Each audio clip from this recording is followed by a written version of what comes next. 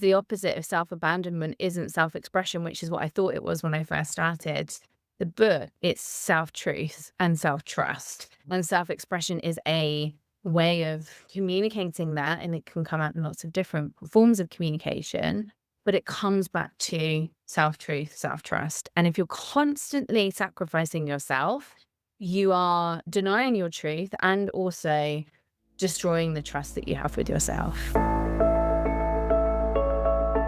Hello and welcome to the Art of Value Whispering podcast. I'm your host, Melitta Campbell, best-selling author of Value Whispering and creator of the Value Whispering methodology, the smarter way to market your small business. Each week, I bring you thought-provoking conversations and practical ideas to help you discover the smarter way to market your business so you can stop wasting years on advice that was never right for you, and instead communicate your value with confidence and become the expert that people naturally trust, remember, and choose. Today's conversation is one that I've been looking forward to for a long time. When I first heard Sophie Lee speak, she said something that stopped me in my tracks. She said, "Your real story, your mess, is authentic, relatable, and unignorable. It's about resonance, not volume." Now, if you've listened to this podcast before, you'll know that that is a philosophy that is really close to my heart.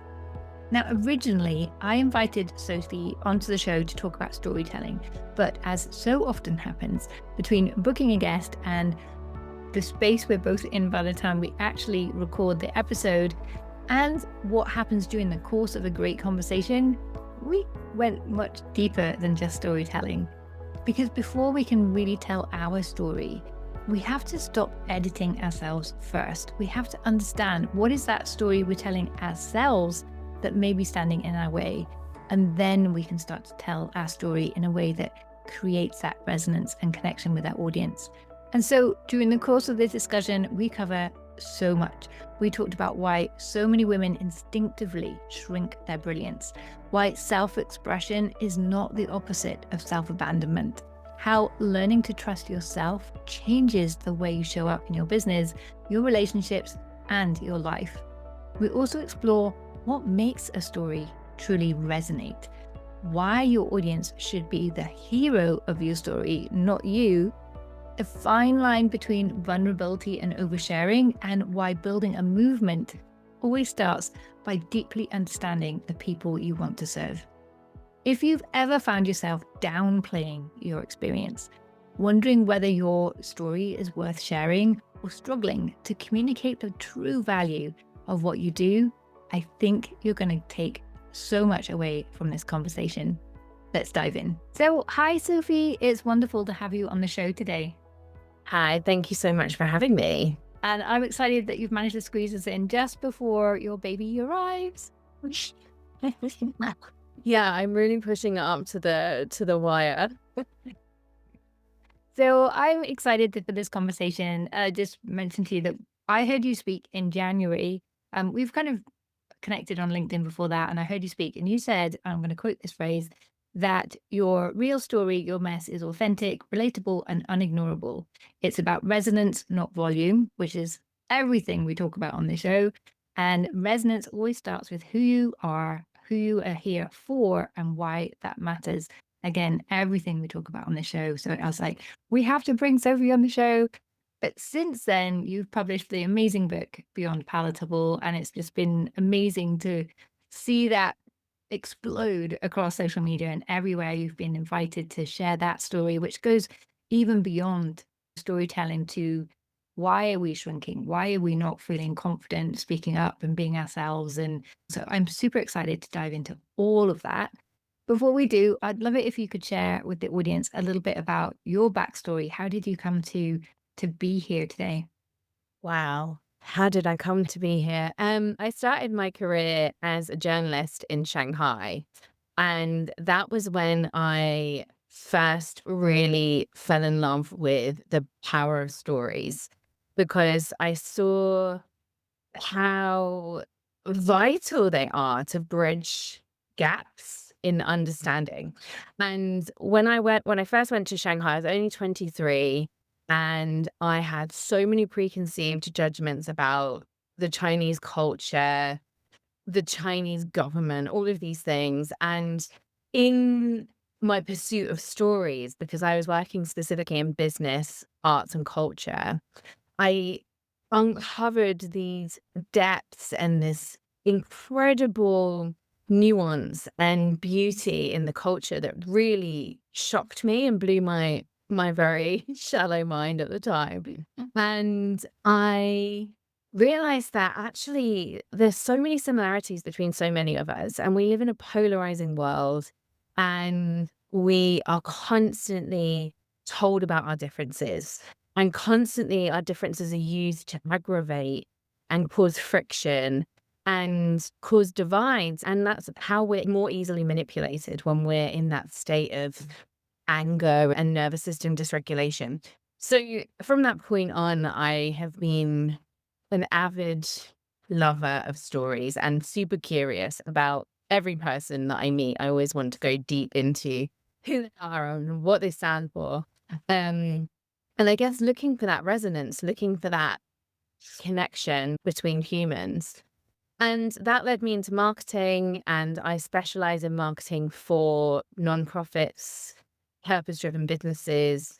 And I started my own business 9 years ago called Electric Peach. And since then, I have worked with huge organizations like the UN, all the way down to really small one-person businesses.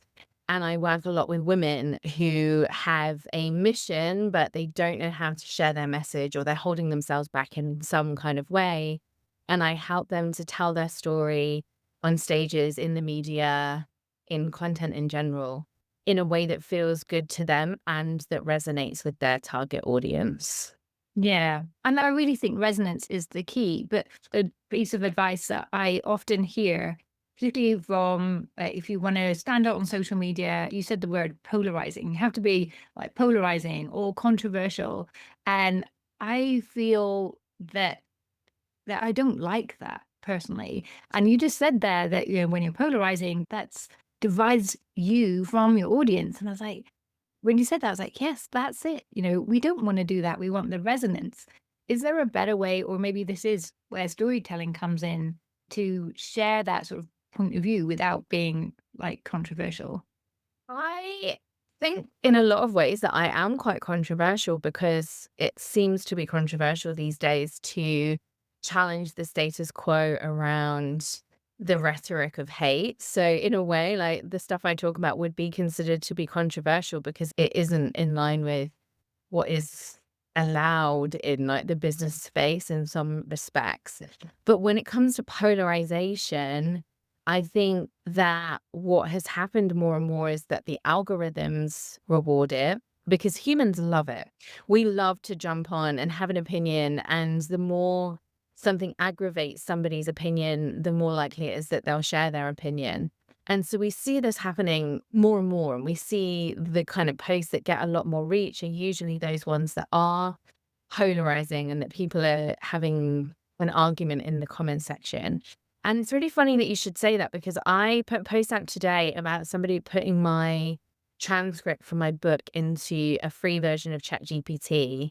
And I really did not want that to turn into some kind of pile-on, because it's not about that person at all. The reason I shared it was about a lesson in being more conscientious about how we use these technologies.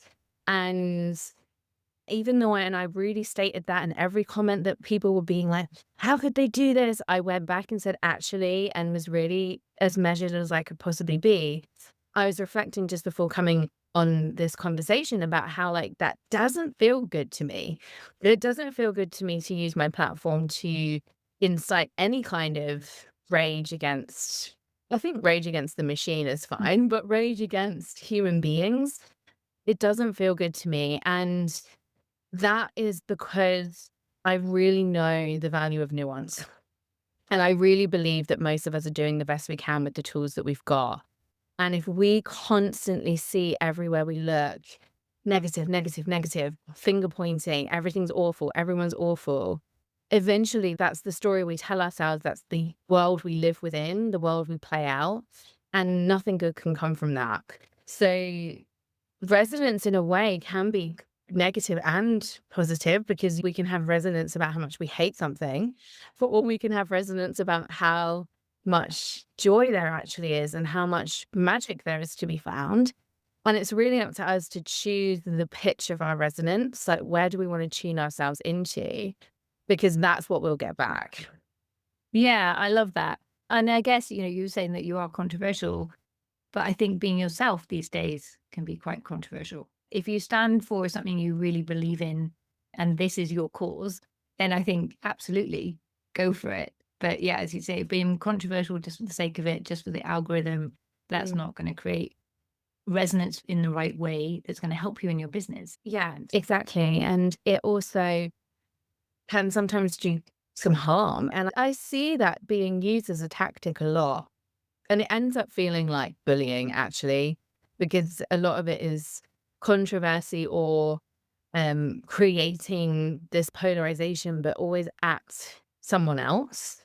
I would, like I said, rage against the machine. I'll do it against a experience, like something in the system that doesn't work for the majority, and hold that up like a mirror up to that and invite people into a different way of looking at something.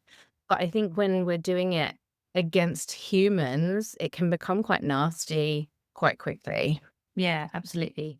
And I guess you need to be a little bit careful in any situation where you're communicating almost with the machine, on social media and email, because people don't always read your sentiment behind it. So we just need to be careful in that people aren't going to misconstrue those words that we were intended well. I mean, we never get it quite right, but just to Yeah, have a double check on yeah, that. yeah. And it's interesting when people, you can see it in the comments and see, oh, actually, that's really not what I meant at all, but that's what they're interpreting in what I've said.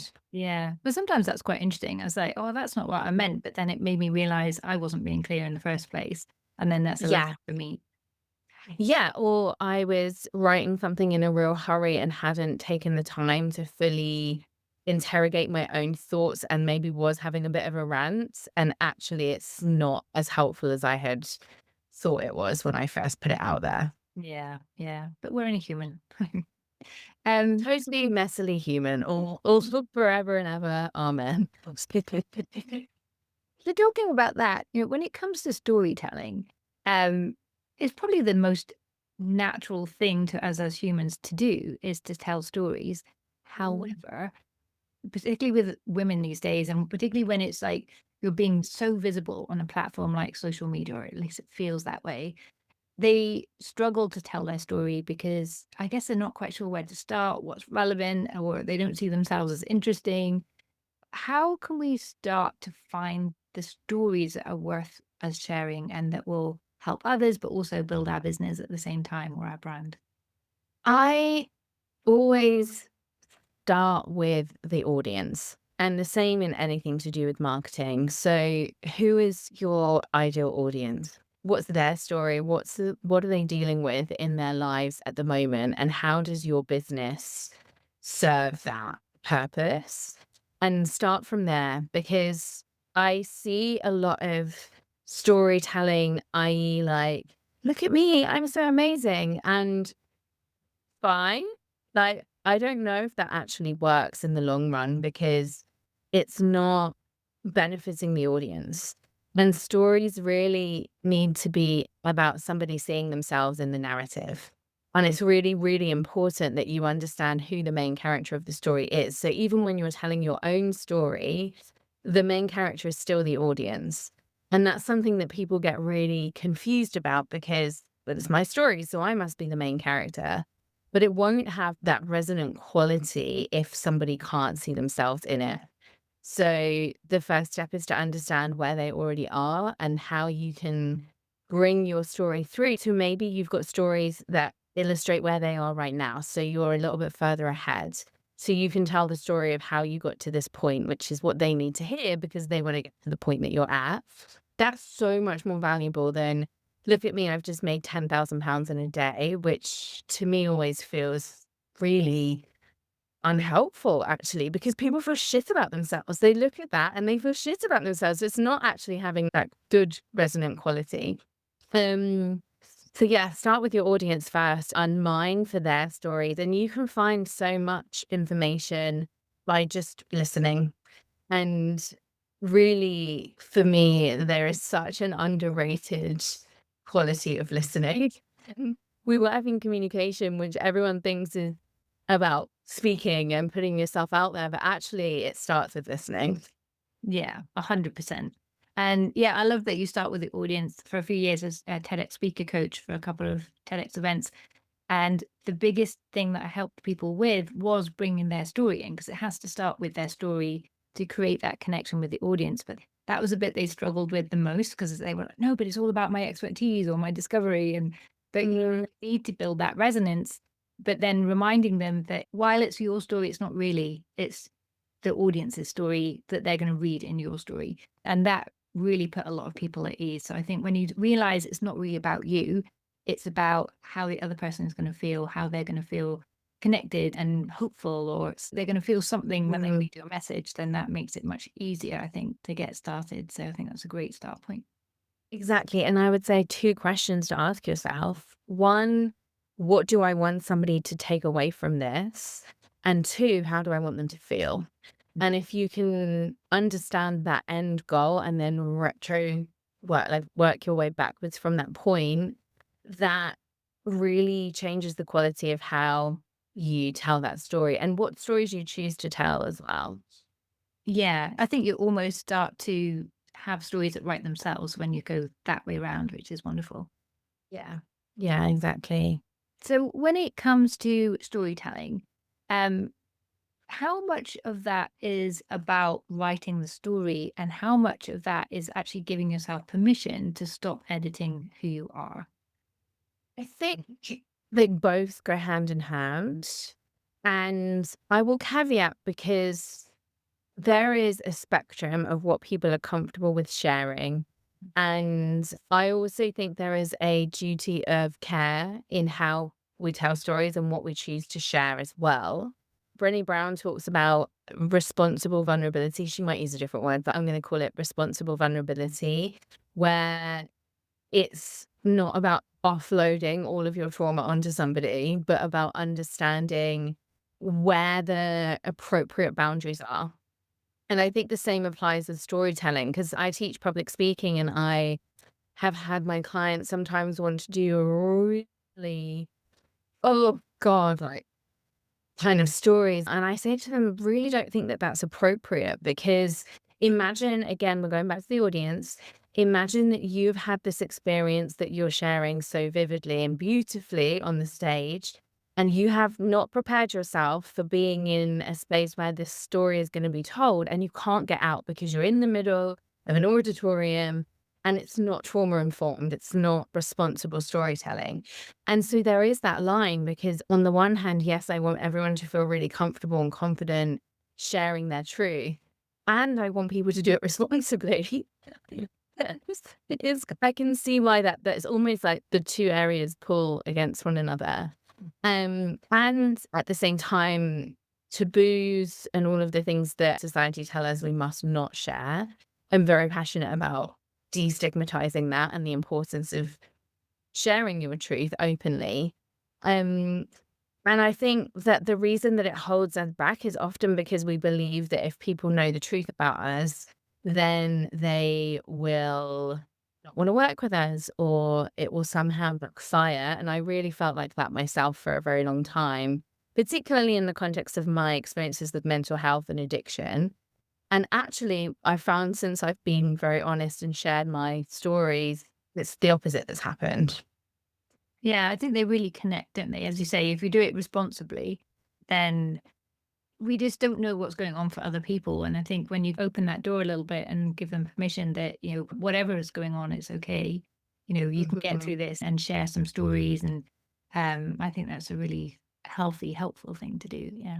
Absolutely. And just to be really clear on what I mean about that, because I think that there's a story context. So, for example, mental health and sharing stories that are within that context. So, we're opening up a dialogue, we're creating opportunities for resonance, for connection.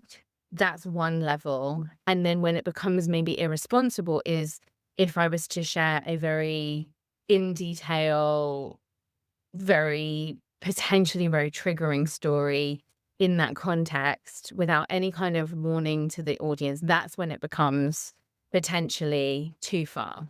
And I think you can have conversations and tell stories that are really impactful, that bring people into that world and give them permission to explore their own experiences without going to the next level of, well, essentially it can be a bit like trauma dumping.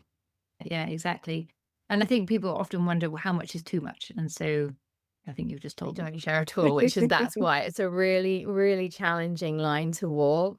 And so much of it comes with taking that 1% step. So starting to share in safe spaces, experimenting with your voice, seeing where these lines are for you. And it's not universal, it's not a law. There's a line for you that will be different for the line for me.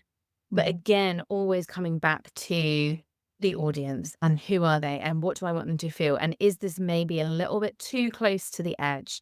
And if I am going to do it, I need to tell them that I'm going to do it. And I need to be as responsible about the environment I'm creating in order to share this story with them. Yeah, thank you for sharing that. Um, so one thing I work with people on a lot is communicating the value of the work that they do and the expertise they already have. But one of the biggest challenges with that, and the first step in the whole value whispering process, is finding that expertise in the first place, because Yeah. it's not that it's not there, and the value is definitely there. But over time, something has happened that it's either become so obvious to them and so natural that they don't see it anymore, or maybe as they've got more successful, they've become more conscious of, I don't want people to put my head up above the parapet too much. I want to kind of dumb this down a little bit. I'm just wondering if you think that becoming more palatable, trying to fit in, distorts our view of our value and therefore makes it hard for us to see what that value is and communicate it. I think that living your life from the perspective of palatability, which is essentially monitoring yourself and shrinking yourself in order to not make others feel uncomfortable, starts at such a young age and is influenced by so many different things, including the idea that women in particular must be modest, must not be full of ourselves or get too big for our boots. And it's really drilled into us to undermine our own brilliance because embracing our brilliance is dangerous in lots of different contexts.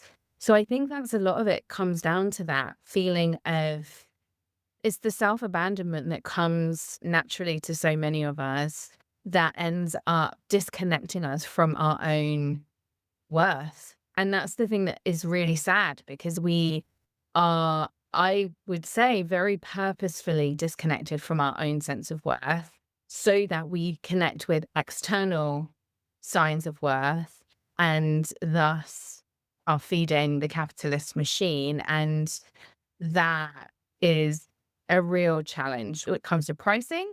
If it comes to seeing what our value is in business. And also when it comes to weird competition between women where we think that because somebody else is doing something, then we can't do it, or we fight with one another for what we consider to be a slice of the pie.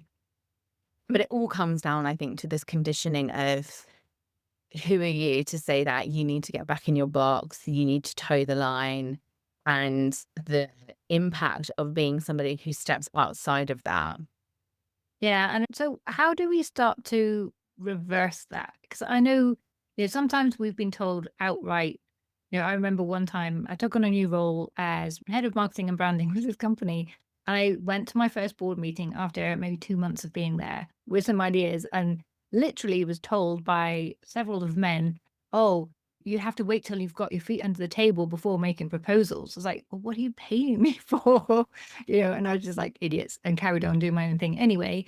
But I'd had a lot of conditioning before then from other men to say, no, you absolutely can speak up and belong in this space. But I think if we get a lot of these messages, plus some more subtle ones that we haven't necessarily registered that these are like keeping us small. How do we start unconditioning those? What's the start point?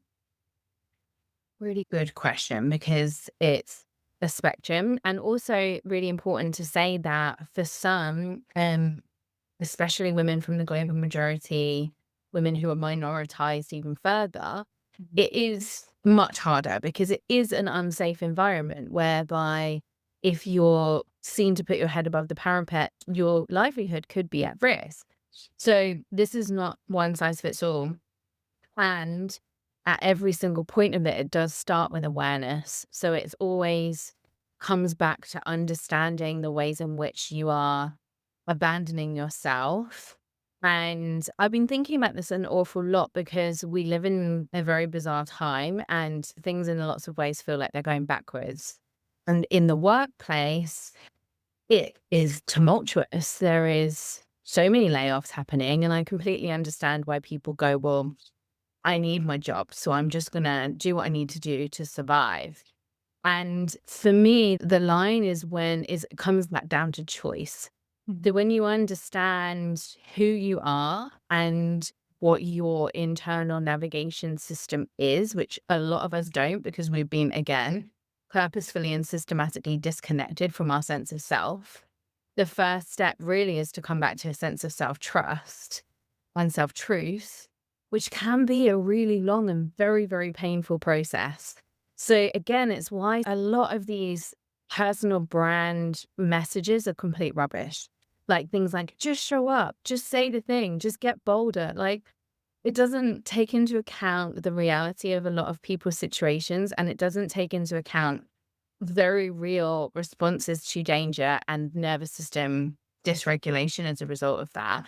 So the first step is awareness of what's going on within and how to regulate yourself and how to understand what your truth even is, what your trust even is, building that first, and then taking incremental steps to more self expression if you choose to. Because you might go, like, actually, I know who I am and I know how I feel, and I'm going to choose to play the game because actually, I don't have time for this nonsense. I'm just gonna you don't even deserve my brilliance. Thank you very much. And as long as it's coming from a choice and not from you sacrificing yourself, then that's a very different energy. Yeah, I love that. Thank you.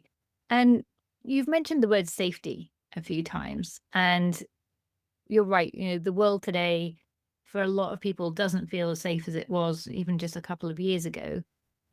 How can we start to perhaps gently start sharing stories and building, like creating a safe space for ourselves to do that, or more a sense of safety in sharing something rather than feeling, as you said, like we're just jumping off a cliff and like hoping that it's all going to be okay?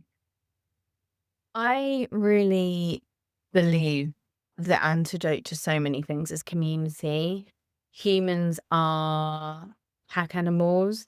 We're built for co-regulation, which is again the opposite a lot of the time from the messaging that we hear, which is super individualistic. And again, and because I am quite anti a lot of the ways that our systems and establishments work, and I think it's very deliberate that we have been separated from one another. So really finding your weirdos, finding where your people are, and really creating that space for yourself around people who share your same values, share your same outlooks in the world, and taking those steps in safe spaces like that. I don't think the appropriate place for this is to go steamrolling into your corporate meeting if you're not at a point where you can regulate yourself within that. So you mentioned that you were like, whatever, I didn't listen to him because you had already built that internal navigation system. You knew how to regulate yourself. You knew that you could manage it. You knew your own brilliance. Great.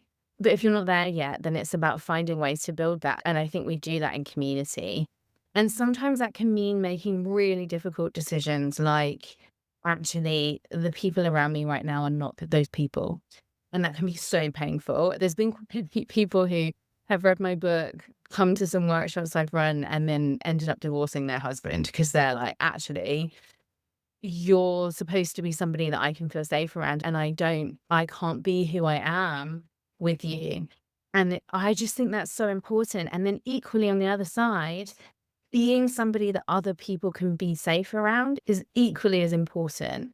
So just really holding ourselves to that high level of accountability of how do I want people to feel when they come into contact with me? And how can I be that for them as well as looking for people to be that for me? Yeah, I love that. And it comes back to what you're saying about the self-awareness and thinking about how you want the audience to feel, but I guess also how do you want to feel the way you show up as well. Yeah. Yeah, exactly. And also giving yourself a break because we all have unhelpful emotional responses to things. I have had some wicked, mean thoughts, led by envy, jealousy, since I launched my book about other women who are doing similar things. And it's normal. And rather than making myself wrong for it, I've just gone, oh, that's really interesting. I wonder what I need right now to give myself to help myself move through this rather than acting on it. In the past, I would have acted on it and been probably quite mean, usually behind someone's back. And now I just say, wow, I'm missing something right now that I need to find for myself to help me feel more regulated so that I can navigate this thing without comparing myself to other people. Yeah, I love that. So often what we see in other people that triggers something in ourselves is just highlighting a gap or an area where we need to learn and grow more. It's got nothing to do with them. So yeah. Exactly. And what a wonderful world it would be if we all realized that how we feel about other people says more about us than it does about them. And rather than spending all of our energy on a hate campaign against somebody, what if we spent that energy really understanding what's missing for us, what's being triggered in us that's made that person enemy number one, rather than really reinforcing the story? Yeah. Love yourself instead of hating others. Yeah, I mean, wouldn't it be? If only it was that simple. Yeah. Maybe one day we'll get there. And Everyone everyone reads reads your book, we'll be there. But yeah, I mean, what you were saying just now just really reminded me of a story from a friend who she's a vocal coach and she was working with this one particular woman and she just couldn't get her voice unlocked. It was always just too small. And then suddenly, or maybe 2 years later, this she met this woman in the street and was saying hi, and this woman had this booming voice, and she's like, "Wow, what happened? I need to learn whatever technique it is." And she goes, "Oh no, I just divorced my husband." Yeah, true. But Sometimes. sometimes you don't everybody listening, you don't need to divorce your husband. Yeah, disclaimer, just not the prerequisite to owning your story. But it is really important that the environments that we put ourselves in, that we do have some level of choice over. Not all of them do we have choice over, but those we do. To be really fiercely protective about the impact that those environments have on how we experience ourselves. Yeah, and I think those two things you've touched on there, the environment and the community, how we take care of ourselves first, all of that has such a big impact on our ability to show up and develop the business and have the impact that we really want to have. But I think they're just not talked about enough, or they're kind of dismissed. Oh, well, that's woo woo. Where it really isn't. It's foundational to everything, I believe. Absolutely. And it's especially again for women because we're told that the ideal situation is self sacrifice and anything else is selfish. And to be selfish as a woman is a horrific thing, like heaven forbid, that actually you can't show up as your best self if you are under resourced. You can't give from a place of under resourced. And I've been thinking about this a lot with going into motherhood because, again, the mother archetype is often seen as this constant giving, selfless angel person. And it's complete rubbish. The mother archetype really needs to be super boundaried, super present to her own needs in order to be able to give and nourish and be there for her family. And it has to start from within. Yeah. I started my first business when my daughter was 5 months old, my first daughter. And about 7 years in, I was so close to burnout because I was giving everything to my family. everything to my clients and I had nothing left for myself. I was surviving on hardly any sleep, pizza and wine to get me through. Yeah. And I was not in a good place at all. So yeah, but Oh, guys, and this is the other thing that we really need to pay attention to, because that kind of thing, I even found myself doing it like, wow, that's so impressive. And it's like, that's the sort of thing that we celebrate. Like, well, you are giving absolutely everything. That's so impressive. And I saw something earlier that I started to really question so many things. And I think going through the process of matrescence in just before birth is very powerful, because it's shifting my relationship with ambition. And I've always been a highly ambitious, high achieving person. And I saw this message that before I would have been like, yeah, reposting, that was essentially saying mothers who are like bossing it are showing their daughters what's possible. And it was the way that it was positioned, and that might be true, and that can be true of some people. But the way that it was positioned was almost like, you need to prove this, that you can do it all type message, that ends up being so harmful to women, because you can't do it all. And certainly you can't do it all at the same time. And I don't want my daughter to grow up watching me sacrifice myself, hustle, strive, prove always externally that I'm worthy. That's not the message I want to give her. I want her to grow up thinking how magical butterflies are and how worthy she is just by being alive. Like, that's enough. yeah. And I think that's so important for us to do because the world is going to tell them everything else. And I see that with my own daughters. I've fed them with every positive message possible. I'm listening to The Secret and they're absorbing that. It's fabulous. But even now, they still succumb to, particularly with social media. So I think we have to be that sort of anti, not an anti-hero, but an anti-hustler, Mhm. showcase that. And I'm always really clear with people and they say, God, you do so much. I'm like, well, I really don't. What you don't see is everything I don't do. You just see what I do do. Yeah. You don't see that I have a nap every day at lunchtime because there's no way I can continue otherwise. So, Yeah. but I like to show my kids that I'm not pushing through.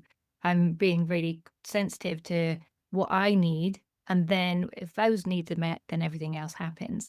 And a good friend of mine, shout out to Linda Heffernan, she's a behavioral psychologist.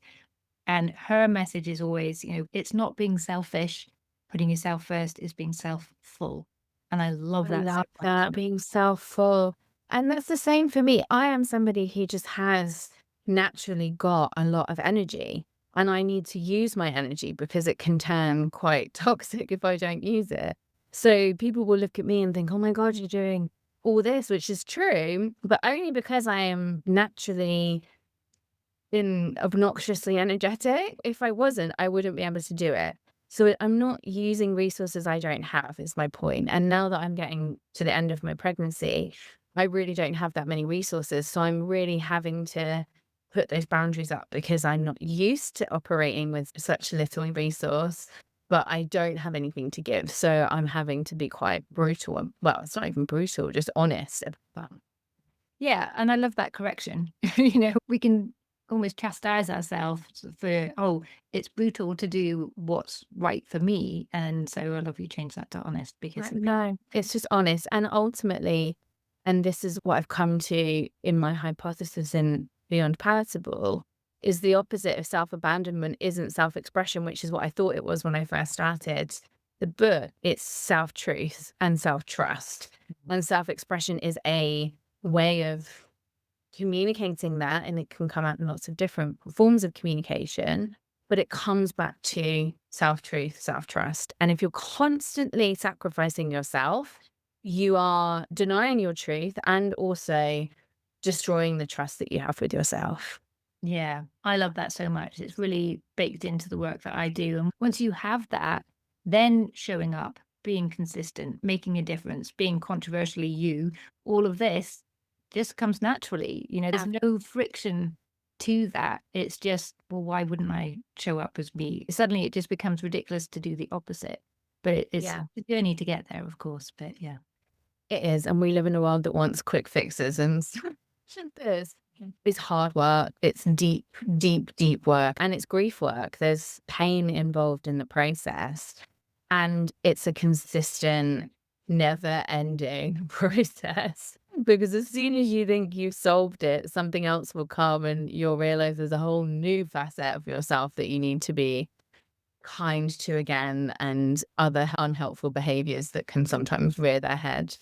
Yeah. And if anyone's wondering where to start with that, once you finished Sophie's book, Beyond Palatable, almost exactly a year ago, we spoke to Julie Riesler on the show, whose book is A PhD in You, a miraculous course in self-discovery. So Oh, you'll, that's between the two, cool. that's brilliant. It's such a great book. Between the two, I think you'll be well on the path to discovering your self-truth and living that as well every day. Well, I have like probably a completely delusional idea that I'm going to read loads of books in the first few weeks of just having a baby on me all the time. So I'll add that to my list. I think I had the same. I did do quite a lot when my baby was tiny, but the thing I did more than anything was just stare at her. You'll be amazed. You just spend hours just staring at her. Oh my gosh, it's a real person. She's alive. This is amazing. And they didn't do anything, but it's still fascinating. Yeah, it's like your body created that. It's absolutely the most amazing thing Yeah. ever. Yeah, totally. I have one last question, and it's perhaps quite a big one. Because one thing you said in January that I really loved, and I'd love it if you could expand on that for the audience, because I think, a lot of the listeners, they are not just small business owners, they're experts who really want to make a difference through their lived experience, their expertise over time.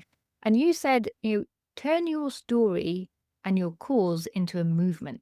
And I love Mhm. that so much because I thought, well, that's exactly it. I think that's really the path they're on, even if they haven't expressed it that way. Where do you begin with that? How do you turn a cause into a movement? So that again starts with the audience. And the best way for me to explain this is to tell you a story. So it's a story that I told at the talk that you're referring to as well. So one of my clients came to me, they create the agents that lab scientists need to do their experiments. I don't remember the language right now. But they came to us and they thought that their story was that they were a small business, independent, family run, had like lovely values slapped on a wall, but no one was really buying from them because they needed what the products that they were selling, but there was also lots of other businesses selling the same products and there was no differentiating feature. And before we did anything else, we surveyed their audience. So we sent a survey to lab scientists all over the world to find out what their story is. And what came back was that lab scientists often work tirelessly. They have ridiculously long hours. They miss family gatherings. A lot of them sacrifice having a family to be able to do their work.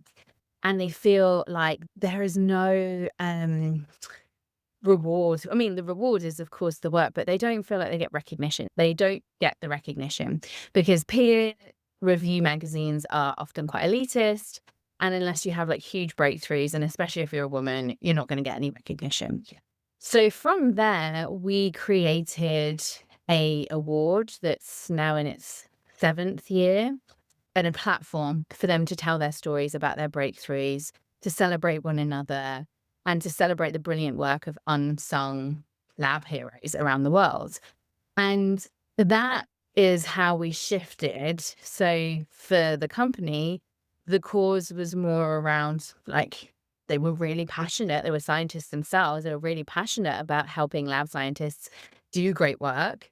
But the movement was about the lab scientists themselves and about how crucial their work was, and to create a space and a community, a sense of celebration and pride around that work.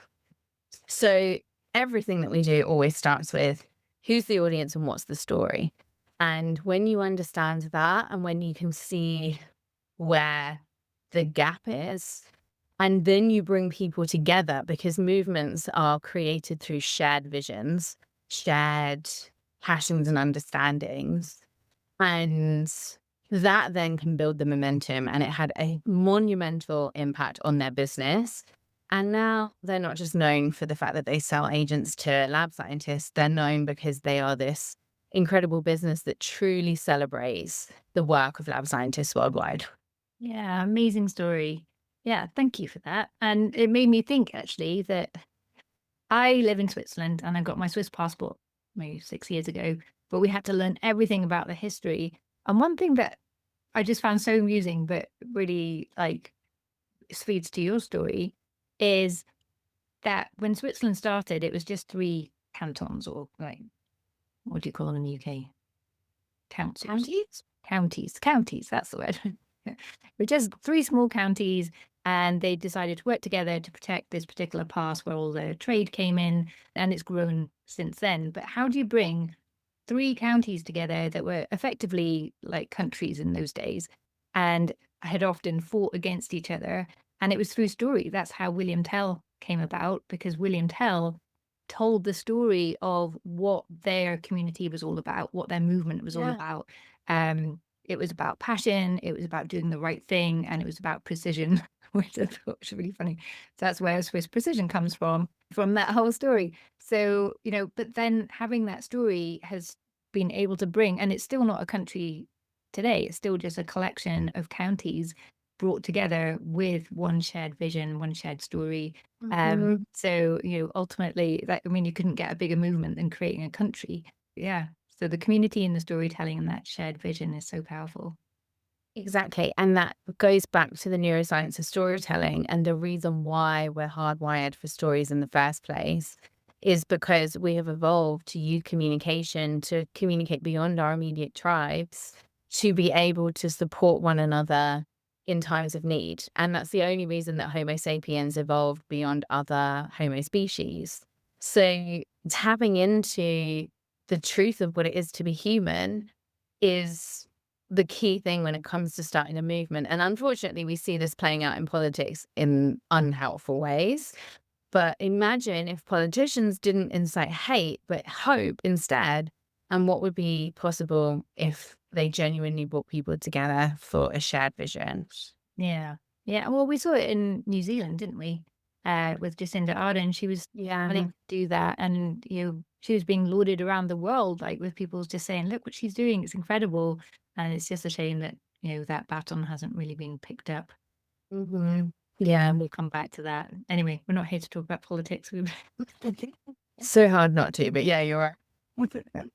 Sophie, we have covered so much. I really, really love this conversation. I'm aware we kind of started and dived quite deep into like behind storytelling. Is there anything you feel the audience needs to know that we haven't talked about yet about just how to get started with storytelling or why it's so important? It's so important because it is the best way to communicate with your audience and be remembered to get across an idea. So, for example, I told you that story of my client. Firstly, you'll remember it more, but also because it's easier to understand the concept if you're hearing it through a story than if I tried to explain it as a set of facts pushed together.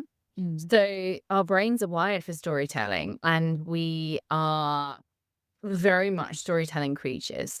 So that's the first point. It's the best way that you can connect with your audience. And the second point is if you're listening to this and you're telling yourself, I'm not good at stories, I already know that you're telling yourself a story that's not true because you are a human being and human beings are wired to tell stories. So every single one of us is a storytelling creature. And we spend a lot of time telling ourselves very intricate, very detailed stories about ourselves and about what we're capable of.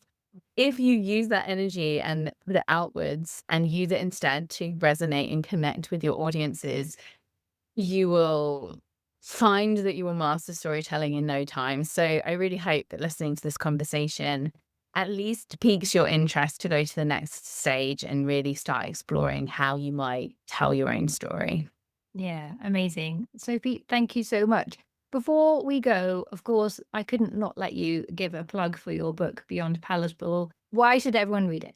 Because it is a very important insight into that awareness piece that I told you about, first of all. So if you've been listening to this and thinking, I have absolutely no idea where to start with any of this, read Beyond Palatable because it's all about how we came to be in this situation.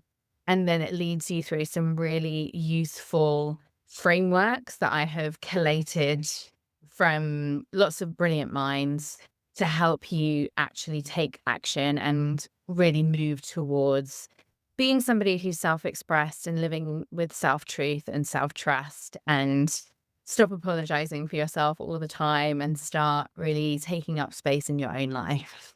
Yeah, fantastic. Sophie, thank you so much. If this has resonated with people, where's the best place for them to go and find out more about you and your work? You can find out about my work at electricpeach.co.uk and more about Beyond Palatable at beyondpalatable.com. And you can also find Beyond Palatable every bookstore, I think worldwide. It's all over the world now. Yeah, amazing. One final question. Why Electric Peach? Oh, that's a really long story, but it comes from my favorite line in my favorite poem, which is the love song of Alfred Prufrock by T.S. Eliot. And the line is, "Do I dare to eat a peach?" And so peaches have been a symbol for my life for a very long time, as a reminder to dare and to push beyond my own limitations, perceived limitations. And electric peach just sounded really cool, but it's the peach part that is the meaningful bit. Oh, I love that. Thank you. Sophie, thanks so much, and good luck for your next chapter. Thank you very much for having me. Thank you for joining us today. I hope you enjoyed this conversation as much as I did. And I loved when Sophie talked about how the opposite of self-abandonment isn't self-expression, it's self-trust and knowing your self-truth. I really love that idea. And it's really stayed with me because it's something that I see day to day in my own work, that before we can communicate our value with confidence, we first have to recognize it in ourselves. And when we stop trying to become more palatable, as Sophie calls it, or trying to impress people or be like everyone else, something shifts. We stop performing and start trusting ourselves. And then communicating our value becomes far more natural, effective, and impactful. And that's when we achieve this resonance that attracts the right people and opportunities to us. And on that, I would love to know what resonated most with you in this conversation. So do come and continue that discussion with me or Sophie over on LinkedIn. Come and let me know what stood out for you and what you're going to start doing differently or more of as a result. And if listening to this episode has made you realize that now is the time that you need to communicate your own expertise more clearly, I would love to help you.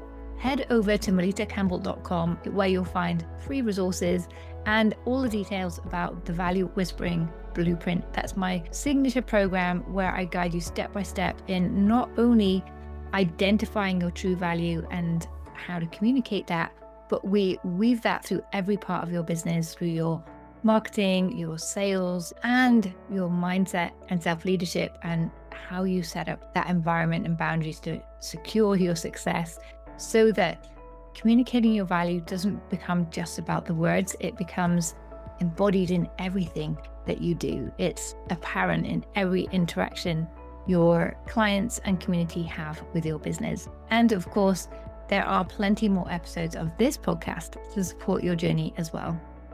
If you have enjoyed today's conversation, I'd be so grateful if you subscribe and leave a review for the show on Apple Podcasts or Spotify, and share this episode with someone you know who needs to hear this, someone whose story needs to be out there, who needs to communicate their value in a bigger, bolder, more self-assured way. Because we need more people like you out in the world, being visible, being seen, and being heard. Finally, thank you so much for listening today. And until next time, remember, success isn't about who shouts loudest, but who resonates deepest.